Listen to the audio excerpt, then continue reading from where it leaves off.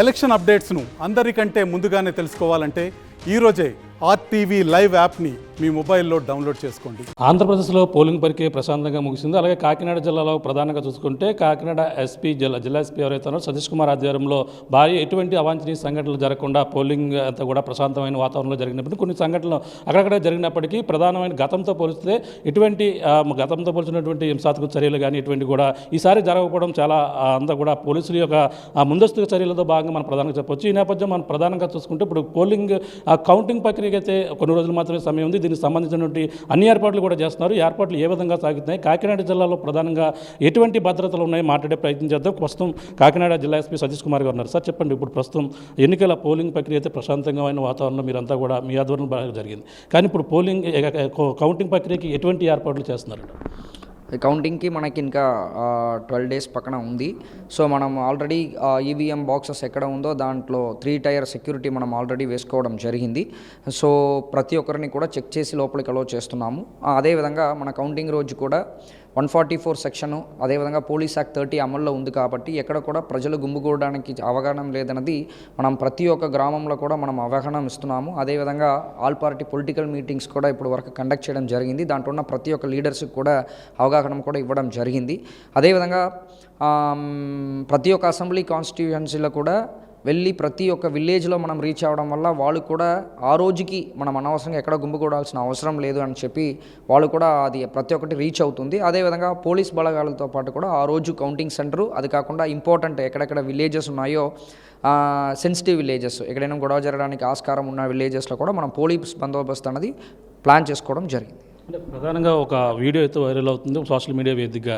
అంటే ఈ యొక్క కాకినాడ టౌన్తో పాటు అలాగే పిఠాపురం నియోజకవర్గంలో ప్రత్యేకమైన ఫోకస్ పెట్టారు. అలాగే ఇంటెలిజెన్స్ కూడా అలర్ట్ అయిందని ఒక వీడియో కూడా హల్చల్ అవుతుంది. ఈ పరిణామాలు ఎలా చూడాలంటే? నాకు తెలిసిన వరకు ఇంటెలిజెన్స్ అనేది అంటే ఎక్కడ కూడా అఫీషియల్గా ఎవరు దాన్ని చెప్పట్లేదు. అది అలాగా ఒక రూమర్ లాగా ఉన్నట్టు నాకు భావిస్తున్నాను.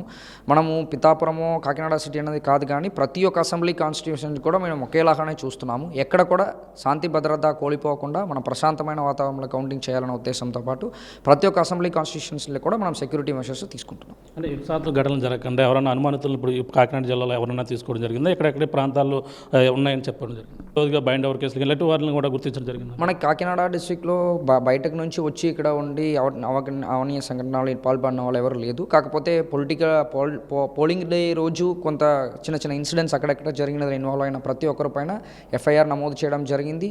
దాంట్లో వాళ్ళని కొంతమంది కోర్టులో ప్రొడ్యూస్ చేయడం జరిగింది. వాళ్ళపైన మనం రౌడీ షీట్ ఓపెన్ చేయడం జరిగింది. వాళ్ళపైన మనం బైండ్ ఓవర్ చేయడం జరిగింది. దాంట్లో కొంతమంది పైన అమౌంట్ కూడా కలెక్ట్ చేయడం జరిగింది, 3 లక్షల వరకు.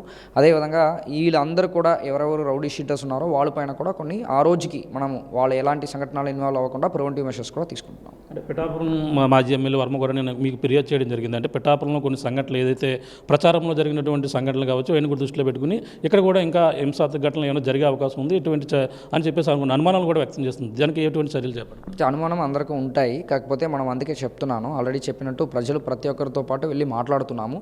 అలాంటి పోలింగ్ డే రోజు ఎలాగా అందరూ కూడా మన పోలీస్తో పాటు కోఆపరేట్ చేస్తూ వాళ్ళు ప్రశాంతంగా చేయడానికి సహకరించారో అదేవిధంగా కౌంటింగ్ రోజు కూడా వాళ్ళు ఎవరు గెలిచినా ఎవరు ఓడిపోయినా ఎవరిని ఎక్కడ కూడా గొడవ జరగకుండా అది ప్రజలు ఇచ్చిన తీర్పుని చెప్పి అనుకుని ప్రశాంత వాతావరణం మెయింటైన్ చేయమని చెప్పేసి రిక్వెస్ట్ పెడుతున్నాము. అదేవిధంగా సెక్యూరిటీ మెషర్స్ కూడా సైడ్ బై సైడ్ తీసుకుంటున్నాం. Thank you sir. చూసిన ఇది పరిస్థితి ప్రధానంగా ఏదైతే కాకినాడ టౌన్ కావచ్చు పిఠాపురంలో అవాంఛనీయ సంఘటనలు జరుగుతాయని ముందస్తుగా ఏదైతే అలర్ట్ చేశారని చెప్పారో అదంటే కూడా అందులో వాస్తవం లేదు. ఎటువంటి తప్పుడు ప్రచారం నమ్మవద్దు. అలాగే ఏదేమన్నా కౌంటింగ్ ఇప్పుడైతే పోలింగ్ ప్రక్రియ ప్రశాంతంగా ముగిసినప్పటికీ కౌంటింగ్ ఫలితాలు కూడా వచ్చిన నేపథ్యంలో ఎటువంటి అవాంఛనీయ సంఘటనలు కాకుండా భారీ బందోబస్తు ఇదంతా కౌంటింగ్ ప్రక్రియ చేసేందుకు అన్ని ఏర్పాట్లు కూడా చేశామని కాకినాడ జిల్లా ఎస్పీ సతీష్ కుమార్కి చెప్తున్న పరిస్థితి ప్రధానంగా ఉందని చెప్పాలి. ఇది కూడా ఉన్న తాజా పరిస్థితి. కెమెరా రాముతో ప్రకాష్, ఆర్టీవీ కాకినాడ నుంచి. మరిన్ని వీడియోస్ కోసం ఛానల్ ని సబ్స్క్రైబ్ చేయండి. లేటెస్ట్ అప్డేట్స్ కోసం వాట్సాప్ ఛానల్ ని ఫాలో చేయండి.